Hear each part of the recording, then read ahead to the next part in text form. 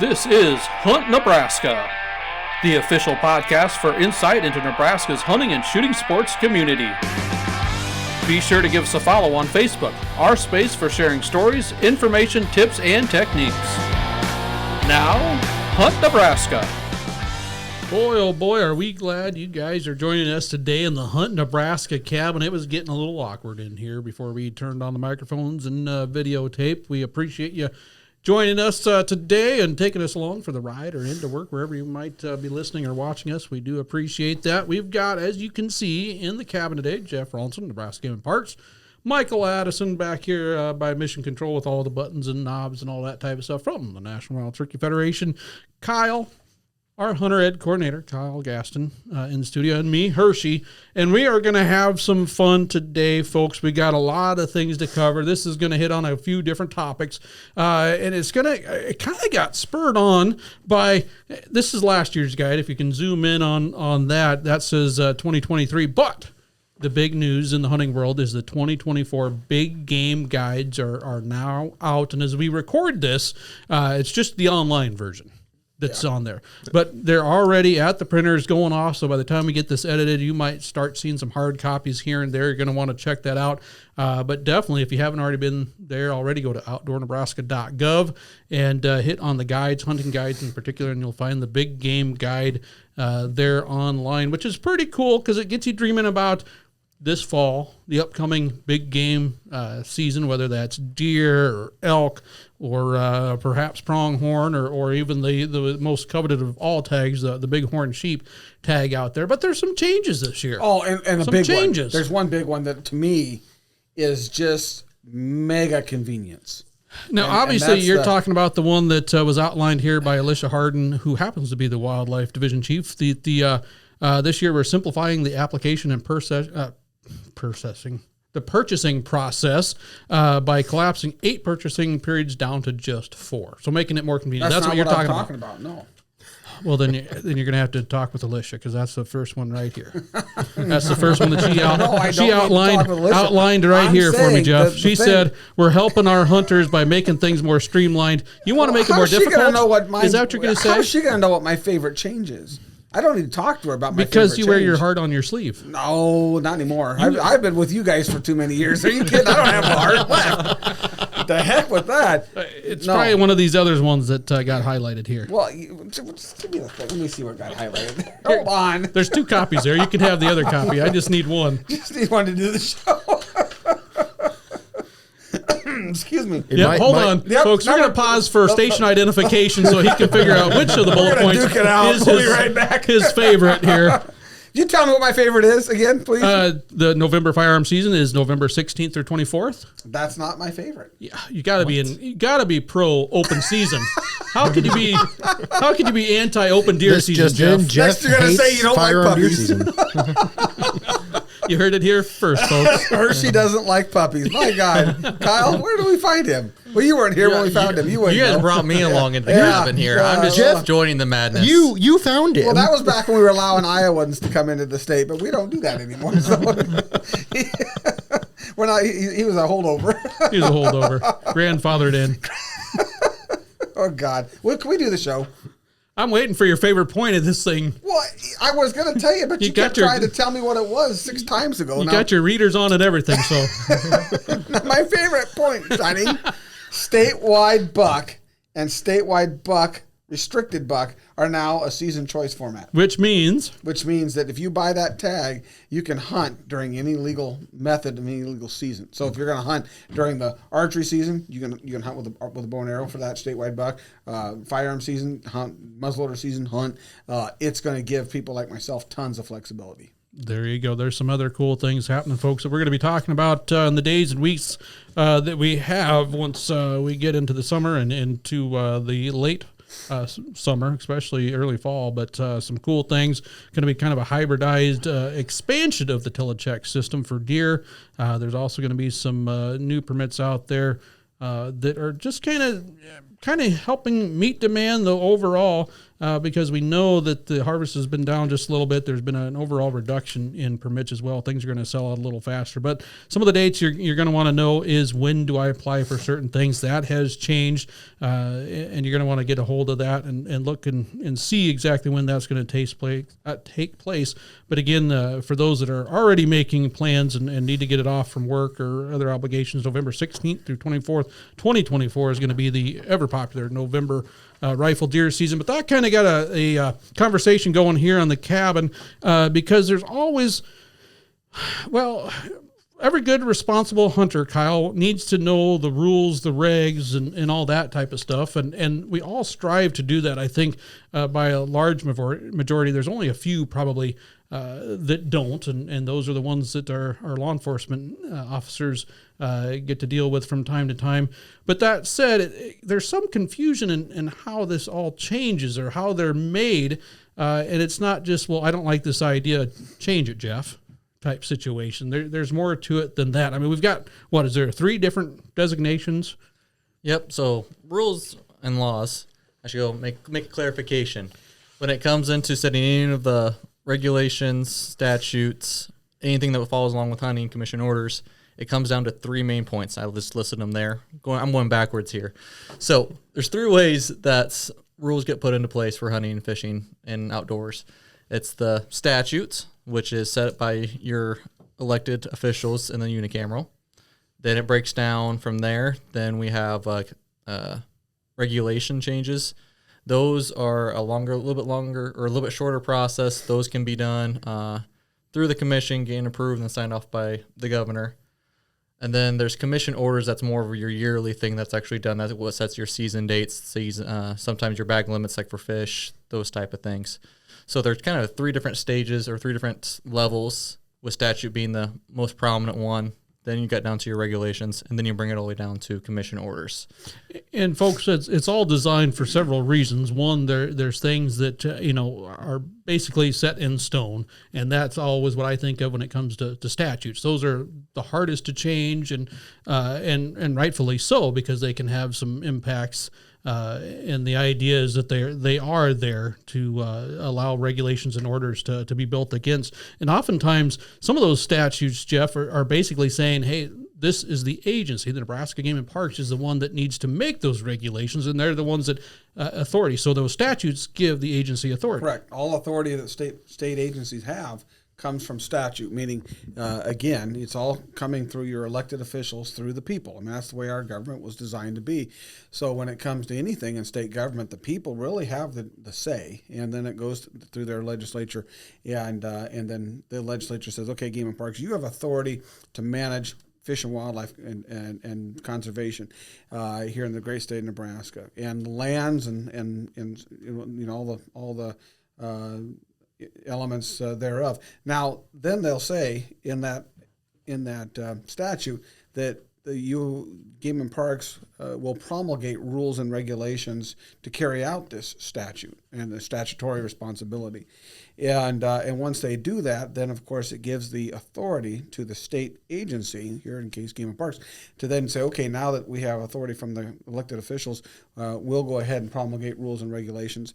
And the elected officials still aren't out of it from that point on. The people still have a say in that. And of course, when those regulations are developed, they're developed at a commission meeting. Yeah, and that's kind of where I want to stop you there real quick, because it's not just somebody comes up with it and therefore it's a regulation. There's a whole process that goes into it, so that you have the ability for the public as well as the Board of Commissioners to get some time to think about it, talk to their constituents, the public to comment on it as well, which is a time thing. It takes a lot of time, a lot of work to make any of those changes. But your Game and Parks Commission is governed by a Board of Commissioners. They're not elected, but they're appointed by an elected official. They're appointed by a governor, the governor of the state of Nebraska, who's elected by the people. And so, in essence, the people still have a say through those appointed commissioners. And, of course, those commissioners are responsible for serving a district within the state of Nebraska. They're volunteer, but they serve a district, and so the people of that district can make their concerns known if there's a proposed regulation or what have you. But and then it goes through a series of meetings. The first meeting is always going to be a public announcement. Hey, next meeting we're going to talk about this reg, and we're going to enact this reg or make a proposal for this regulation. And then it's the next meeting, which could be a month later, could be 2 months later, that they will then have a meeting with the Board of Commissioners, public meeting, right? Public's invited to give comment, testimony, and whatnot, and then the commission votes. Now, unlike some agencies, our Board of Commissioners is a law-making entity. I mean, they can make laws through regs and orders, and so when they vote, and it's the coolest thing, and they have a lot of power to do these things, which is really cool. When they vote, they are making law. Now, that law still has to be signed and approved by the governor. Right. It has to go to the governor's office, and it takes so many days for the governor to say, "Yep, I'm in agreement with that." But I don't remember too many times where that was an issue. But because in statute it says when the commission is going to pass a reg or an order, there has to be significant research, significant discussion, public input. All those things are in statute, and so we take that very seriously. So we put a lot of public comment, a lot of public interaction in these rules and regs and orders. And then we have commission orders, and folks, just to give you an example of a few times where I think we've seen some more authority being put into the orders with very specific examples.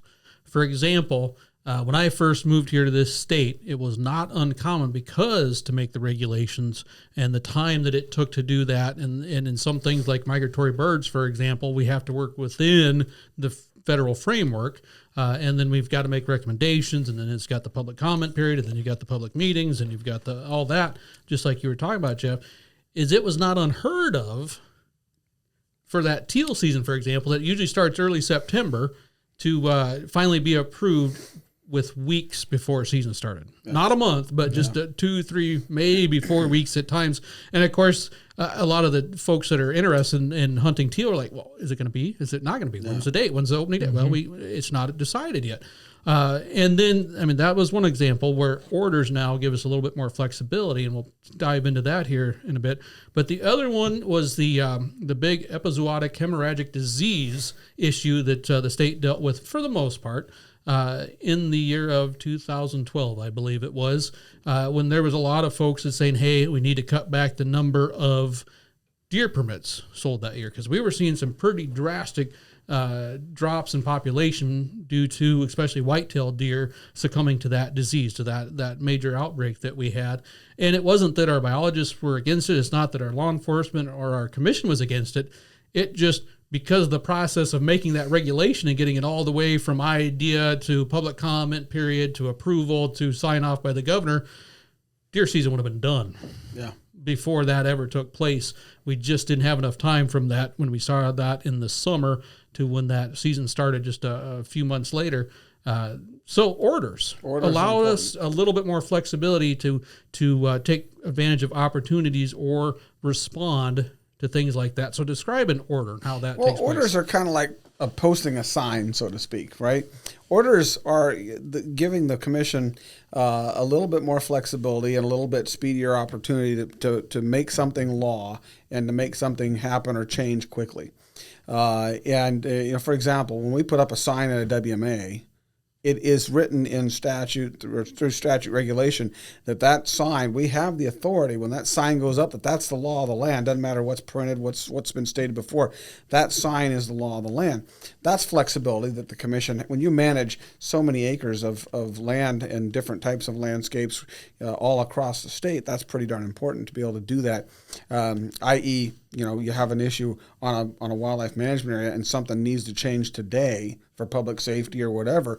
You don't have the ability to go back. Well, we'll talk about it and go through a system and process, and that safety or that issue has to happen. You need to put a sign out there and stop it. Yeah, and so orders are kind of like that. They give the commission, again, as I said, it's a law-making body, and our commissioners take that very seriously. I wouldn't say there's very many entities out there like the commission, the Board of Commissioners, that can create laws, but those orders will give them the flexibility to create laws and have them immediately go into effect so that law enforcement can begin establishing a protocol for managing that order, how they're going to react to that order and whatnot, and enforcing that order right away.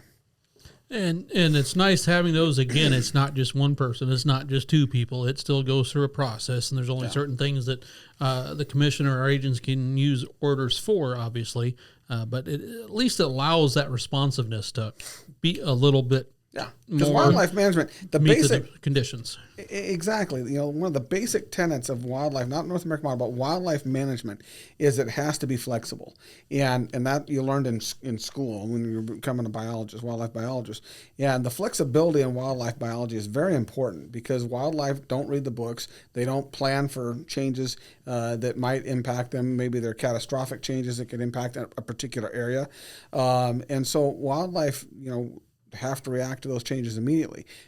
People have to react to those sometimes those changes immediately. So we have to have the ability for laws to be enacted to react to those types of changes immediately. And so it's good sound science, good sound politics to be able to do that. Well, so again, it's nice having all three levels there. It's also it's helpful because not everybody sits in the same chunk of woods and sees the same things or in the same duck blind and seeing the resource in the same light. So there's always some different opinion, and we're such a diverse state, north, south, east to west, that you can be having the best ever whatever season in this side of the state or this area, not so much the other because of some conditions or what have you. So there's always different not only interests but also different perspectives, and you've got to take to account. There really is, and that's a good point, Hersh, because sometimes people just I get stuck in that camp too. I'm no different than anybody else. Sometimes you just go, why can't we just change this? And right now, we have forms, just basic forms that you'd go, we've had people take those to us and say, this makes it difficult for me to do this, so why can't we change it to something else?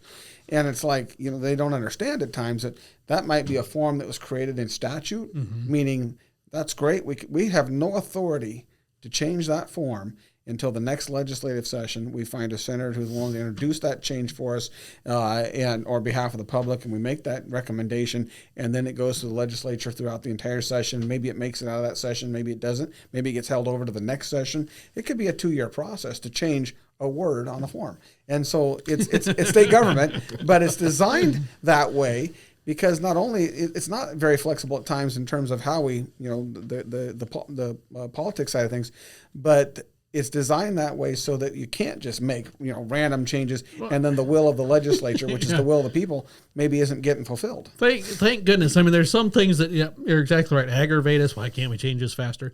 And a lot of people probably say, hey, yeah, that's true. But there's other times where just like, can you imagine what rifle deer season would be like if there was just one person deciding when it opened and closed? Or waterfowl season. I'm busy that weekend. Think I'm visiting the in-laws. So let's push it back a month here. Yeah, let's do that. Okay. And it'd just be kind of a jump here, jump there, back and forth. And just like, well, when is it? Is it November? Is it December? Is it 3 days? Is it 4? He's done hunting. So do we all quit? What do we do? And that's another example of, it's not that we're just sitting around the table going, well, when do you guys want to go hunting?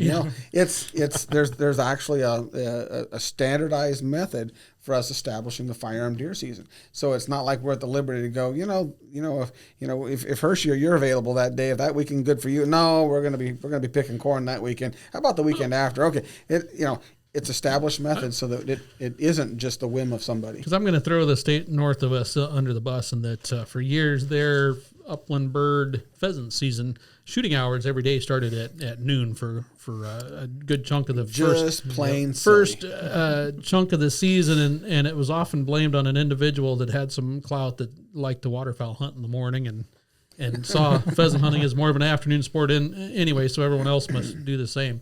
But it's really true, and that's kind of neat. There's obviously some routines. We talk about the November firearm season. The formula, as long as it gets approved each year by the commissioners, is the Saturday closest to November 13th, which again this year starts the 16th, which is a Saturday.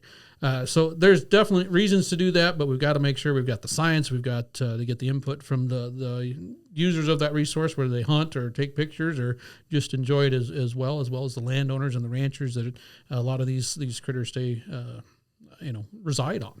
So good stuff, interesting stuff, but thank goodness that it's there, because now waterfowl season, we know when teal season is going to start. It'll come out, right before the state fair, oftentimes, if not sooner. The online version will probably be up and running in in July, so you don't have to wait the night before to see if there's a teal season or not. You're going to be able to prepare for it out there. It's helped on a lot of different things. So good stuff, but it's always something that as hunters, we probably need to learn a little bit more about the process, especially if you want to see something tweaked or changed or anything like that. It's not something that you can just call up, hey, I got a great idea. Can you put that in effect by this Friday? It doesn't work that way. Well, and it doesn't hurt that we've got so many people in just Game and Parks. You know, there's a lot of people that are just incredible experts at what they do. We got a lot of hunters and anglers in leadership roles in the agency, so they understand a lot of the needs of the hunter, the angler already. And so, you know, it isn't like we have broad sweeping changes that sometimes we need to make a lot more changes. You know, usually we're talking tweaks here and there because what the staff recommends is a lot of times in the best interest of the majority of hunters or anglers to begin with. Here in Nebraska, of course, our leadership, Tim McCoy, director, you know, big hunter, Jim Swenson, deputy director, big hunter. You go back, you're talking about South Dakota. That's, you know, Kevin Roebling. I know Kevin real well. Big hunter, big supporter of hunting. You know, so it helps that they have an understanding of what the constituents really are wanting or needing. And now you can start hunting up there at 10 a.m. Yeah, there you go. See, we're working on 8, but we're not there yet. Not quite. We'll get there. And imparting that influence. And one of the things that if you're listening to us from out of state, you'll probably scratch your head and wonder why Nebraska does it this way and my state does it that way. That's just part of the fun of crossing borders when you go hunting. Tradition runs into this. Tradition's quite a huge. bit. The will of the people. Yeah, and it is. Tradition is a lot of times amplified as the will of the people, right? Now, there's, you know, some states where there's no hunting on Sunday, for example. And, you know, most of us in Nebraska, that just doesn't even make sense. I mean, Well, how do you get closer to God on Sunday than being out in His creation? You know, exactly right. You can come up with all kinds of reasons why you should hunt on Sunday and twice on Saturday. But the reality of it is that's just tradition, and those are really hard to change. And that's where that, you know, laws, regulations, statutes, but tradition is really hard to make changes to. There you go. And one exciting thing, folks, that the Big Game Guide, like I said, is online, the 2024 version of it, and it'll be hard copies at your favorite partner vendor, whether that's a big hunting store or department store, whatever it might be. You're going to find them out there here real shortly. I'm really excited to see what the small game and waterfowl guy is going to look like in 2024 because there's been a group kind of put together to help try to kind of look at things a little bit, maybe put it in a few different lenses just to see if we can't help make it more user-friendly. Now, again, these guides are by no means the entire statutes, regulations, or even orders, but it's kind of the trimmed down and abridged version. Yeah, yep. It says right in the guide that this is not the no, but this is what everyone picks up, right? Yeah. Because it takes too much truck space to have the whole list of regulations. I used to drive around with a big binder, probably 3 inches thick, that had all the rules and regs for just the regulations, not the statutes, the regulations and the Just the commission regs. orders for hunting, fishing, parks.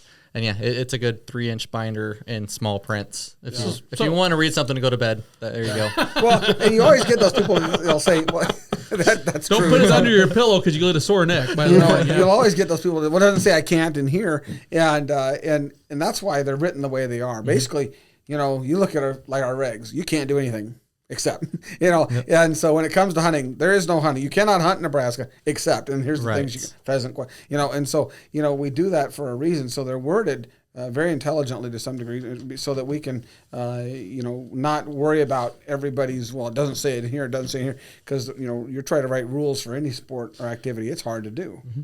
Can't think of everything. Yeah, legal definitions, ways you got to describe things, and I'm sure those regulations oftentimes, if they're not verbatim in the guide's going to have a little bit more simplified and more understandable version. That's what I've been seeing. I was just helping a person the other day he was asking questions about sights on a scope and can you have different lights on it. He says, I was trying to look it up because he actually went in and figured out where regulations are at, which are posted on our website under rules and regs. And he was trying to find anything for, you know, what if I have a red dot on my scope, can I have it or not? And so then I'm like, well, did you search the word artificial lights? Because in our regulations, it goes artificial light versus just any other telescopic light or anything else. So it's just there's keywords that are used for definitions that's easier to have for more of a black and white on our regulations or our statutes that you just don't get in, and so that's when you get to those easier words. You can just read right through, and that makes a whole lot more sense to the general public versus, like I said, sometimes having to read, looking for the exact word. Yeah, it might be a different terminology or spot on there. And these things, we're always tweaking them to try to make them more user-friendly, but this year we really kind of tackled it in a big way with a lot of different folks to help make it happen, especially with the small game and waterfowl guide that'll be coming out here soon. Thanks to everybody that makes that happen. That's a big undertaking that's months in the making, and that's just building up to putting up this guide that takes several weeks to get there. So good team. Got a good team. There you go. All right, now talking about hunting, I'm going to throw this out. I have no idea how I came across this, but it's something that grabbed my attention today, and I thought I was going to have to throw it out there. This is, and I do not completely understand the source. We're going to want to dig into this deeper, at least I will. This comes from a website called World Population Review, and it actually had, I think I was doing best states for hunting popped up on my browser. I was looking for something else, but this one kind of popped up, and it talked about the percentage of population who have hunting license in each state for all 50 of them, and we're right in the middle with about, it says roughly 9%, just a little under, which is right. It has Nebraska is having close to 185,000 certified hunters in the state. But one thing that really caught my eye is it also talked a little bit about access, Michael. And it broke it down to hunting acres per person to hunt. Huh. Interesting. All right. And when you say hunting acres, you're talking about public hunting access? I think that's what they're going at because Alaska leads the list. All right. So hunting acres per Alaskan to hunt is, and I just changed that thing right there, 381.8 acres. That seems comfortable. Seems pretty good size. All right. And then you get to a place like, let's say, give me a small state that probably doesn't have a lot of access. Rhode Island. Rhode Island. All right. Spell road, right? Rhode Island. Hunting acres per Rhode Island. Islander? I assume Islander. Person to hunt is 0.10. Oh. That's not a lot. That's quite a different than that 360 something. So where do you think this has Nebraska listed? How many acres per person to hunt here in Nebraska? And this is based on, don't look at my screen, Kyle. Does it include the cows too? I mean, that might have an impact. Only if they're certified hunting cows. Okay, all right, because that could have an impact. So where would you put that? How many acres do you say there is to hunt here in Nebraska per person, per hunter, I guess you'd have to say? Well, I'm gonna say a little over one. A little over one, all right. Jeff's thinking. We'll give him some more time to think. Starting to steam up those glasses. I was gonna go a little bit higher. I was going closer to the 5 to 10. 5 to 10, Jeff? I'm probably in the neighborhood of about 25, 30. You guys are so close. 0.4 tenths of an acre. Right on. Wow. Spot on. Wow. 0.4 tenths of an acre. Now, I think what they're looking at here, and it doesn't say exactly where it got this from, other than these are 2023 numbers that they're using for certified numbers and acres. I think they're looking specifically at wildlife management areas or they have federally to because or state. we have over 1 million acres. That's what I was doing math in my head. And if you go 185,000. So if you do that math, 1.2 million acres, right? Plus all the private land. Not the private land. This is public hunting acres. I had private land in mind, though, because I want more acres. And let's use their numbers of 185,000 hunters, which is a good year for us. We're usually right around the 180, 185. Yep. That means that there we have closer to 6 acres, 6.4. That makes more sense. So and so it doesn't have open fields and waters because there's probably no real good way to report that or for them to track it down because that adds a whole bunch. And folks, if you don't know what we're talking about there, those are the private lands that one of our partners or the Nebraska Game and Parks went up and secured walking access into those areas to hunt and or fish, depending on where it's located and its purposes. But that helps out a whole bunch. Oh my God! To be honest with with Huge. you. Huge. But even then, you're thinking, what am I going to do with 6.5 acres? What can you think of much that you hunt on 6.5 acres? Quarter-acre food plot and a tree stand. All right, Michael's giving it a lot of thought. Spoken like a true Missourian over there. Well, so I've got a buddy. I've got a buddy who Quarter-acre plot. he owns Tree 5 stand. acres. He owns 5 acres. 5 acres. And about an acre and a half of that is the house and the yard. Then another 4 is just a field off next to his house. So we've there you thought a go. little bit about how we're going to get it set up for fall. Oh, you've given it some thought. I can think squirrel hunting can be pretty good, depending on what 5 or 6 acres you have access to. If it's wooded Jeff, acres, absolutely. Speaking as our resident goose hunter, that's about enough, right? Not resident goose hunter. Your Zoom background the other day begs to differ. Yeah, those were funny looking deer decoys you were using out there. It was just a sunrise stroll, and I happened to come across all these birds. A sunrise stroll with goose decoys out there, and a few Sometimes you duck find spinners. goose decoys where you're walking. What was the question? As a goose hunter, is 6.5 acres enough? If it's the right 6.5 acres, right? If you're talking a pond, 6.5 acres is more than plenty. That's a good sized pond. And in fact, it'd be a good little pond for ducks and geese, and so absolutely could be absolutely. I just found that as an intriguing way to kind of break down how much access there is, because I'd never seen it done that way. All right, give me a western state that probably has a lot of BLM ground or Montana. Yeah, Montana. 20%. Hold on, I got to scroll over. 30.4 acres. A little bit more. There we a little go. more. And again, what I think is intriguing about this useless bit of knowledge is the fact that it helps you understand that there is a lot of different public access across the country based on different states, yet all states are still in the same issue, having the same issue of declining hunter numbers. And I think that's interesting. I think that's kind of intriguing to me that, we know access is huge, but access by itself I don't think is going to save the day. There's more to it than that. And it's one of those things that our agency and a lot of our partner organizations, and National Wild Turkey Federation being one of them, sees that as a huge thing that's we're going to be working on forever, right? Because as numbers grow, whether that's population or hunting numbers, you're always going to be looking for a place to do that. And there are so many of us that are still wanting, whether we hunt or not, a place to get away from, to disconnect, some place of scenic value, some place where we can kind of relax, disconnect and all that type of stuff.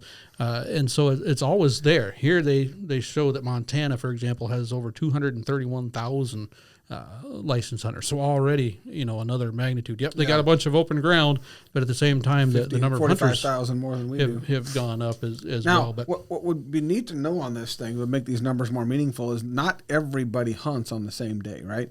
And so at any different time, a percentage of those acres are more accessible than other percents of time.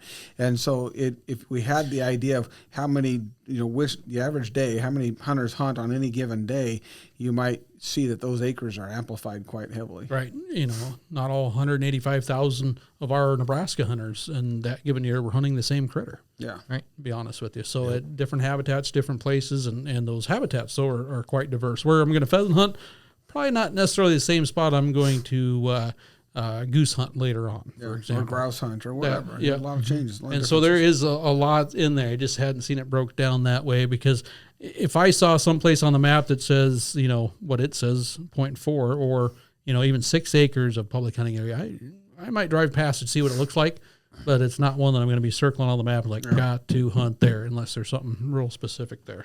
So interesting way to break it down, but just another thing that popped up on the radar, and it's just a different way to look at some of this type of stuff. So, all right, and we waited this long. We've only got a couple minutes left into turkey season. Oh, I did want to show this. This is something kind of cool. Something else I found on the old interweb right here. See if I can bring it up. You guys chatter amongst yourselves while I'm doing this. Can't have any dead air. How's turkey season going? Oh, just great. yeah, fantastic. First of all, I want to say this comes from the good folks at the Fish and Game, or Game and Fish magazine, the regional outdoor game guide. I think we're part of the Midwest or West on this one here. They've got some great Father's Day gift ideas, because it's never too early to start thinking about Father's Day. The day after Mother's Day, I think it's fair game. At least for us fathers, right, Kyle? Yep. Well, they did have a Mother's Day gift guide, which I wish I would have known about a couple weeks ago, because there were some cool ideas, including a turkey box call that says "Mom" right on the top. I mean, just laser engraved. That's I've got pretty a box call that says "Old Mama Hen," but it's still it's inferred. Same. A little bit of tape and You're romantic. You could hey, just, old mama hen. hand her that. Yeah. Hey, old mama hen, I got you a box call. See how well that goes over. But it is kind of interesting where the Mother's Day's gift has that custom box call. It's got a fly fishing reel, some pretty cool knives and a fly reel, a bed for the dog, some jogging equipment there, shoes, a tumbler, which has really been popular in waders. The Father's Day gift has a little bit different. It's got gun sights, scopes for those guns, a backpack. I don't know how far they think we're going. A flask instead of a tumbler for some reason. And then because we get lost, an LED that you can stow away when you need to sleep outside overnight, which is kind of interesting. But what I really got on here for is it's got this wonderful thing called the Regional Strut Update. And this is for the late season intel on where and how to tag a mid-May longbeard, and that's right where we are. We are recording this on the 15th, right in the dead center, and hopefully get it out here in a couple other days. Now, I don't know where we fit because we're east meets west and north meets south, but in the Midwest, according to Brandon Butler, reports turkey activity is quieting down as hunters face the final days and weeks of the season. There are plenty of birds out there, but they're getting tougher to find. Try setting up blinds along scouted travel routes, those corridors. He's kind of saying hunt them more like deer, those pinch points, those funnels, what have you. Now, our good friend Andrew McKeon has the Western report out there. It says turkey activity has been high in many locales as the region hits arguably its most productive week of spring hunting. The problem is hunters are mostly finding eager jakes and 2-year-olds instead of mature toms. Isn't a 2-year-old kind of mature? Yeah, I think. Well, I've considered. never taken their temperature past that. I mean, Yeah. 2-year-old's a mature bird. Right? Yep. So where are the 3-year-old and older gobblers hanging out? And that's one of the things I gotta say is one of the things we learned in all this new and great turkey research that's going on is that what I used to gauge as a great way to tell the age of the turkey on the tom side anyway, the gobblers, was the spurs, is completely misleading. Doesn't matter. It's like Spurs don't matter. counting points on an antler. It doesn't get you there. It doesn't quite get you there. You got some that grow fast, some that grow slow, some that curve, some that don't, some that break off, some that stay rounded, all sorts of different things. So yeah, I don't know how you figure out whether it's a 2-year or 3-year-old bird without counting the growth rings. But where do you think we are? Are we winding down like Brandon says in the Midwest, or are we in some of the best hunting of the season right now, as Andrew says? Well, I can tell you last week, I thought it was some of the best hunting of the season. Oh, there you go. And this vote for Andrew. This week, I need to get out and test the waters. Okay. Find out. I'll get back to you tomorrow on that, Hershey. Oh, all right. That's fair enough. Some of my most memorable hunts, Kyle, have come during the late season. Oh, absolutely. Yeah, keep going along. Like I said, I think the longer the hunt takes, the more rewarding it is, for sure. I think everybody else, I don't know if anybody else has that opinion, where if it's over the very first day, then it's like, well, I better get another permit, but if I get another permit, put those out right Depends away. on what we're hunting. If it's turkeys, you can buy another permit. That's not true. I'm okay with shooting one on the first day, and then you can spend the rest of the season hunting. But if it's just a one permit wonder, then yeah, I don't want to tag out the first day. I agree with you there. That probably is some truth, because if you've been working at it longer, and then when it finally comes together, you almost at times you get to the end of May and you're thinking this isn't going to happen. It's just not going to happen. These stupid birds, they got me this year. But then when it does, just like wow, it can happen real fast. And at the end of the season here in Nebraska, and perhaps that does add to the memories of it. I've worked this hard, and then all of a sudden, it happens. Just like it was textbook. Just takes it one does, bird. doesn't it? Yep. But I've also found that sometimes there's fewer hens to compete with because they do not. They don't compete fairly. Yeah. They cheat at every opportunity that they get, and then when you are able to work that one bird, It's can be Well, true. I have found that, and again, that's kind of, I've been squawking about this for weeks now, but I have found as we get later in the season that mornings are really good. Midday can be really, really good. As we get later in the season, going back to mornings can be really good because, what happened all season long is that Tom's been going to roost with hens, right? And so you say, mornings aren't key. Mid mornings, late mornings can be really key, and that's where I've had the most success of calling birds in this season. Now, as we get to the late season, those toms are not going to roost with a lot of hens. They don't have a lot of receptive hens that they know they're going to fly down and be with. And so sometimes early morning they can come off the roofs and just make a beeline right for your setup. So I would start late season like this. I would start getting back out early mornings again. I've had that exact scenario happen where last day of Missouri season a couple years ago, so it's still early May, but had a gobbler up in the roost, called to him a few times just right there on the limb. He flew down, and maybe 10, 15 minutes after he flew down, sitting in my lap. Nice. It was right in there. Nice. So, yeah. Don't discount the early morning hunts this time of year. I'm a morning turkey hunter, so I love mornings anyway, but I think that as we get here later in Nebraska, you've got all the growth on the trees are really leafed out. The vegetation's out there. And I don't think we realize that we do it as much, perhaps, especially for those of us hunting off the ground. But we get closer to those birds when they gobble. We can because we're a little bit more camouflaged. We got a little bit more terrain to do that, but they're also harder to hear sometimes because you got all that stuff muffling them now, whether they're in the tree or on the ground. And so we just naturally get closer. Well, when you get closer to a bird, they just get that much more likely to be able to convince them to come over here, 100 yards rather than 300 yards, for example. And that can definitely help the situation as well. It kind of works both ways. So, and there, you don't have to worry about decoys as much depending on where you are because they just know they're going to have to search for that bird maybe a little bit more. But who knows? But again, like we talked about in the last segment, decoys can sometimes work against you. But that's enough about turkeys. We're going to have to find out. By the way, we've got at least one more of the Mission Turkey Impossible videos posted. We're still waiting for you two guys, Jeff and Kyle, to get some stuff. Jeff, we know you've got some video that you need to share with the Hunt Nebraska public because we've seen it on your phone. And Kyle, we've got to see what we can piece together. Either that or you're going to have to go turkey hunting again.